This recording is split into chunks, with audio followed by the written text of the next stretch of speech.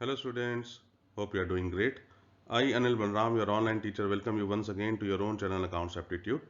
Now we present video 14 of the chapter Accounting for Share Capital. We will be discussing part B of the topic 8 now. In this topic we will discuss about reissue of part of forfeited shares and transfer of balance lying in forfeited shares account proportionate to reissued shares to the capital reserve account and explain the concepts with the help of few practical examples. री issue of part of forfeited shares. Students, अभी तक हमने ये पढ़ा है कि जितने भी शेयर्स फॉरफिट हुए उतने के उतने ही जो है री इशू कर दिए गए। लेकिन कई बार ऐसी भी तो सिचुएशन हो सकती है कि जितने नंबर ऑफ शेयर्स फॉरफिट किए हैं उनका खरीदार सभी के सभी शेयर्स का ना हो। जितने भी शेयर्स फॉरफिटेड किए हैं उनका सबका खरीदार ना हो। मान लीजिए कि 1000 शेयर्स फॉरफिट किए लेकिन हमारे पास जो है खरीदार 800 शेयर्स का ही मिला। सो हम क्या करेंगे, केवल 800 शेयर्स ही री इशू करेंगे। सो आइए देखते हैं इस कॉन्सेप्ट को अच्छी तरीके से कैसे अंडरस्टैंड कर सकते हैं। If all the forfeited shares are reissued, the forfeited shares account will show a zero balance because total amount in this account after adjusting the amount of discount allowed on reissue will be transferred to the capital reserve account. So ये अभी जो हमने previous illustration में देखा है कि अगर जितने भी forfeited shares सारे के सारे री इशू कर दिए जाते हैं तो फॉरफिटेड शेयर्स अकाउंट में क्या होता है, जीरो बैलेंस बच जाता है। बिकॉज सारा का सारा अमाउंट जो फॉरफिटेड शेयर्स अकाउंट में है वो आफ्टर एडजस्टमेंट ऑफ डिस्काउंट जो है वो कैपिटल रिजर्व अकाउंट में ट्रांसफर कर दिया जाता है। लेकिन अगर मान लीजिए सारे के सारे जो शेयर्स फॉरफिट किए थे वो ना रीइशू किए जाए तो क्या होता है, वो डिस्कस करेंगे हम। But in case only a part of forfeited shares are reissued and others remain cancelled, the amount forfeited on forfeited shares not reissued will remain in the forfeited shares account. So यहाँ पे हम ये क्या कह रहे हैं कि अगर जितने शेयर्स फॉरफिटेड किए थे उसका अगर हमने केवल एक पार्ट एक पोर्शन ही री इशू किया और बाकी सारे के सारे जो है वो कैंसिल ही पड़े रह गए तो amount forfeited on forfeited shares not री इशूड। सो जितना फॉरफिटेड शेयर्स अकाउंट में पैसा पड़ा हुआ है जिसके अगेंस्ट में शेयर्स नहीं इशू है वो फॉरफिटेड शेयर्स अकाउंट में ही बच जाएंगे। आइए इसको एक एग्जांपल से मैं आपको समझा देता हूं कि सपोज कर लीजिए कि हमने 1000 शेयर्स जो है फॉरफिट किए और 1000 शेयर्स जो फॉरफिट किए उसके अगेंस्ट में जो है 1 रुपया ही सपोज कर लीजिए हर शेयर्स के अगेंस्ट में जो है फॉरफिट किया गया। तो फॉरफिटेड शेयर्स अकाउंट में कितना पैसा आ जाएगा, 1000 इंटू 1 रुपी, 1000 रुपया। राइट, सो फॉरफिटेड शेयर्स अकाउंट में 1000 रुपया दिख रहा है। अब हम ये एज्यूम कर लेते हैं कि 1000 शेयर में से जो है हमने 800 शेयर्स जो है री इशू कर दिए। सो फॉरफिटेड शेयर्स में से कितना पैसा निकल जाएगा, 800 रुपये निकलेगा, क्योंकि 800 शेयर्स इंटू 1 रुपीज, 800 रुपया जो है वो कैपिटल रिजर्व में ट्रांसफर हो जाएगा। अगर कोई डिस्काउंट दिया गया है तो वो माइनस हो जाएगा, नहीं तो सारा का सारा पैसा जो है कैपिटल रिजर्व में ट्रांसफर हो जाएगा। और जो बाकी 200 रुपए हैं वो that will remain in the forfeited shares account. Proportionate amount forfeited on shares reissued will be calculated in the following manner. जो प्रोपोर्शनेट अमाउंट है जो कि फॉरफिट किया गया है जिसके अगेंस्ट में शेयर्स रीइशू किए हैं वो कैसे निकाला जाएगा, उसका एक फॉर्मूला है, वो फॉर्मूला नीचे दिया गया है। Forfeited amount to be transfer to the capital reserve, वो अमाउंट जो फॉरफिट किया गया है वो कैपिटल रिजर्व में जो हमने ट्रांसफर करना है वो कैसे निकालने जाना है।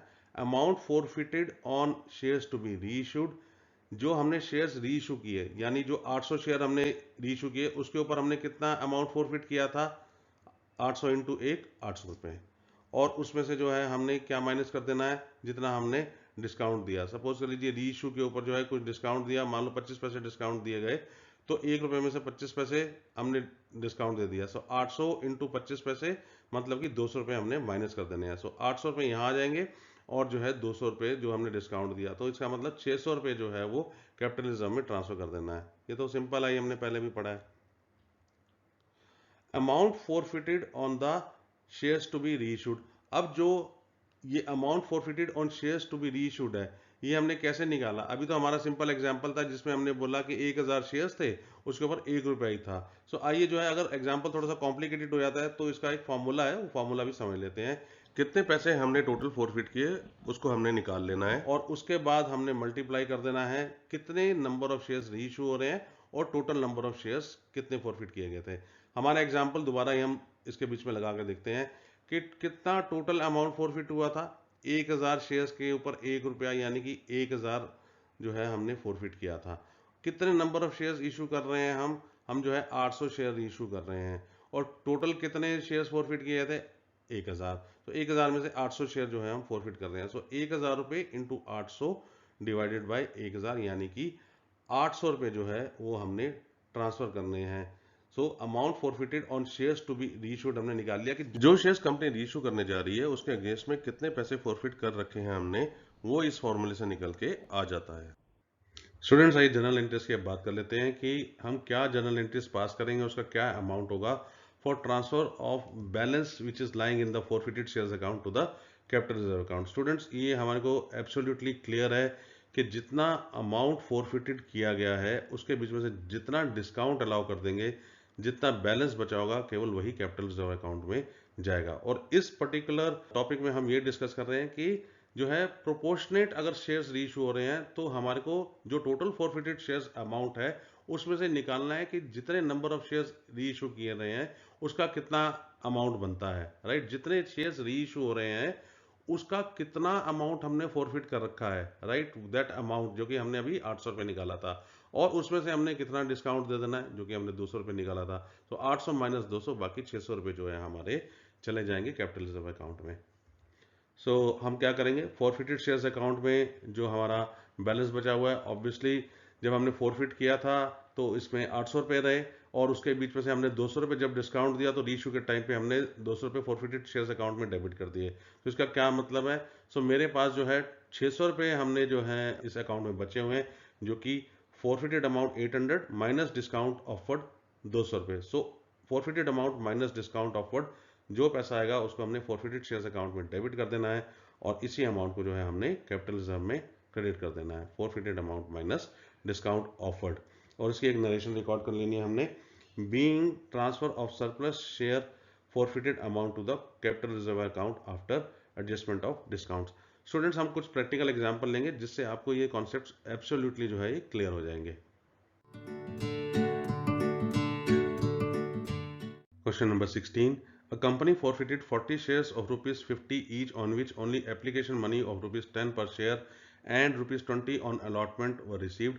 Final call of rupees 20 per share is not received.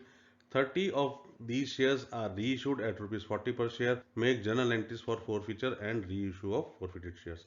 तो स्टूडेंट, एक क्वेश्चन दिया हुआ है जिसके बीच में एक कंपनी ने 40 शेयर फॉरफिट किए हैं और फेस वैल्यू ऑफ शेयर है वो 50 रुपये। उसके बीच में 3 इंस्टॉलमेंट है, एप्लीकेशन मनी थी 10 रुपये की, और अलॉटमेंट जो है वो 20 रुपये की, और फाइनल कॉल थी 20 रुपये की। इसमें ये दिया हुआ है कि एप्लीकेशन मनी और अलॉटमेंट का पैसा आ गया है, यानी कि 10 जमा 20 30 रुपये पैसे आए हैं, और फाइनल कॉल जो थी 20 रुपये की उसके पैसे नहीं आए हैं। तो केवल हम फॉरफीचर की हम बात करें तो 40 शेयर्स केवल फॉरफिट कर रही है कंपनी, और जिसके बीच में जो है 30 रुपये जो हैं आए हुए हैं जो कि फॉरफिटेड शेयर्स अकाउंट में चले जाएंगे, और 20 रुपये नहीं आए जो कि कॉल्स इन एरियस में खड़े होंगे, जो कि रिवर्स हो जाएंगे। ये जो 40 शेयर्स जो है फॉरफिट हुए, इसके बीच में से 40 के 40 री इशू नहीं हुए, केवल 30 ही री इशू हुए, और जो है वो री इशू हुए 40 रुपये के ऊपर। सो फेस वैल्यू थी 50 रुपये, री इशू किए गए 40 रुपये, यानी कि 10 रुपये डिस्काउंट दिया गया है। हमारे को जो है जनरल एंट्रीज डालनी है फॉरफीचर की और री इशू दोनों की। सो आइए स्टूडेंट्स, इस क्वेश्चन को जो है थोड़ा सा डिटेल में हम समझ लेते हैं, एक छोटी सी टेबल बना के, कितने नंबर ऑफ शेयर्स हैं, उसकी क्या फेस वैल्यू है, कितना पैसा आया है, कितना नहीं आया, और कितने पे वो री इशू है, और री इशू पे कितना डिस्काउंट दिया गया। तो सबसे पहले हम फॉरफीचर की हम बात करते हैं। तो फॉरफीचर जो है हमें दे रखा है 40 शेयर जो है हमने फॉरफिट करने हैं, और उसकी फेस वैल्यू दी हुई है 50 रुपये, उसको हमने नोट कर लेना है। पैसा जो है कितना आया जो कि फॉरफिट हो गया, पैसा आया 10 रुपये और जमा 20 रुपये, 2 इंस्टॉलमेंट के, एप्लीकेशन और अलॉटमेंट के, यानी जो है 30 रुपये आया, और ये जो है कंपनी ने फॉरफिट कर लिया। कितना पैसा नहीं आया, फाइनल कॉल के 20 रुपये जो कि एरियस में पड़े होंगे। सो ये तो होगी फॉरफीचर की कहानी। अब हम बात करते हैं कि सेकंड पैरा में जो कि री इशू की कहानी दे रखी है। री इशू की कहानी ये है कि कितने शेयर्स री इशू किए जा रहे हैं, शेयर्स री इशू किए जा रहे हैं 30। तो 40 में से 30 शेयर री इशू किए जा रहे हैं, 10 जो है फॉरफिटेड शेयर्स अकाउंट में ही पड़े रहेंगे। और उसका फेस वैल्यू क्या है, फेस वैल्यू वैसे तो है 50 रुपये, लेकिन उसको री इशू किया जा रहा है 40 रुपये के ऊपर। सो हमने जो है वो नोट कर लिया। 50 रुपये का शेयर जो है 40 रुपये का दिया जा रहा है, तो इसका मतलब डिस्काउंट हो गया 10 रुपये। आइए जो है सबसे पहले फॉरफीचर से रिलेटेड जो है अकाउंटिंग एंट्रीज पास कर लेते हैं। तो इसके लिए हमने क्या करना है, फॉरफीचर करने के लिए जो है शेयर कैपिटल जो है वो कैंसिल कर दी जाती है। तो इक्विटी शेयर कैपिटल अकाउंट को हमने डेबिट कर देना है। डेबिट करते हुए जो है नंबर ऑफ शेयर्स देखने हमने 40 और फेस वैल्यू थी 50 रुपये, तो 40 इंटू 50 2000 रुपये से जो है हमने डेबिट कर देना है। इसके बाद हमने बात करना है कि कंपनी के पास कितना पैसा आया था जो कि कंपनी ने जब्त कर लिया, फॉरफिट कर लिया, वो है 30 रुपये। 40 शेयर्स के ऊपर 30 रुपये यानी कि 1200 रुपये जो है कंपनी ने फॉरफिट कर लिया। आइए उसको रिकॉर्ड कर लेते हैं। ये जो है रिकॉर्ड होता है फॉरफिटेड शेयर्स अकाउंट में। To forfeited shares account 40 into 30 rupees 1200 rupees. उसके बाद जो हमारे पास पैसा नहीं आया था कॉलेज इन एरियर्स अकाउंट में पड़ा होगा, तो उसको जो है पहले डेबिट पड़ा हुआ था उसको हमने कैंसिल कर देना है to calls in arrears account करके 40 इंटू 20 800 रुपये। और इस फॉरफीचर की जो है हमने एक नरेशन रिकॉर्ड कर लेनी है, being forfeiture of 40 shares for non payment of final call money. Students, आइए हम शेयर्स के री इशू से रिलेटेड जो है accounting entries books of accounts में पास कर देते हैं। जब हम री इशू करने जा रहे हैं तो हम 30 शेयर्स री इशू करेंगे और उसके अगेंस्ट 40 रुपीज़ हमें मिलेंगे। सो हम इसकी एंट्रीज रिकॉर्ड करेंगे। Bank account debit 30 shares into 40 rupees यानी कि 1200 रुपये बैंक अकाउंट में आ जाएगा। उसके बाद जो है जो ये 10 रुपये जो डिस्काउंट दिया गया है इसको हम फॉरफिटेड शेयर्स अकाउंट में डेबिट कर देते हैं। सो आइए वो भी कर देते हैं। Forfeited shares account debit 30 shares हैं, 10 रुपये डिस्काउंट दिया गया है, इसका मतलब 300 रुपये जो है डेबिट हो जाएगा।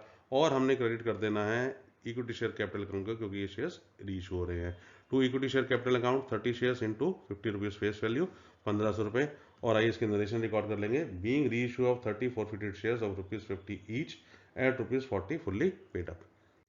स्टूडेंट्स, शेयर्स फॉरफिट हो गए हैं और शेयर्स री इशू भी हो गए हैं। सो इसका जो थर्ड स्टेप होता है कि जितना पैसा फॉरफिटेड शेयर्स अकाउंट में पड़ा हुआ है to the extent of shares reissued, वो हमने कैपिटल रिजर्व अकाउंट में ट्रांसफर कर देना है, ये देखते हुए कि कोई डिस्काउंट अलाउ किया है तो उसको माइनस करते हुए।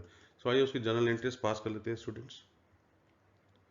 तो जर्नल एंट्रीज पास करने के लिए हमने क्या करना होता है, हमने फॉरफिटेड शेयर्स अकाउंट को जो है हमने डेबिट कर देना होता है और हमने कैपिटल रिजर्व अकाउंट को जो हमने क्रेडिट कर देना है। क्योंकि ये ऐसा केस है जिसके बीच में जितना भी पैसा हमने फॉरफिट किया था वो सारा का सारा जो है री इशू नहीं हो रहा है। यानी 40 शेयर्स के अगेंस्ट में हमने फॉरफिट किया था, लेकिन हम 40 के 40 शेयर्स री इशू नहीं कर रहे हैं, कम कर रहे हैं। तो इसका मतलब हमारे को प्रोपोर्शनेट अमाउंट निकालना पड़ेगा। उस प्रोपोर्शनेट अमाउंट में से जो है हमने जितना डिस्काउंट दिया वो माइनस करना पड़ेगा और बाकी अमाउंट ही कैपिटल रिजर्व में जाएगा। सो आइए देखते हैं कि इसकी कंपटीशन कैसी होगी। तो सबसे पहले हमने ये देखना है कि हमने जो 40 शेयर्स जो ये फॉरफिट किए थे उसके ऊपर कितना अमाउंट हमें जो है हमने फॉरफिट किया था।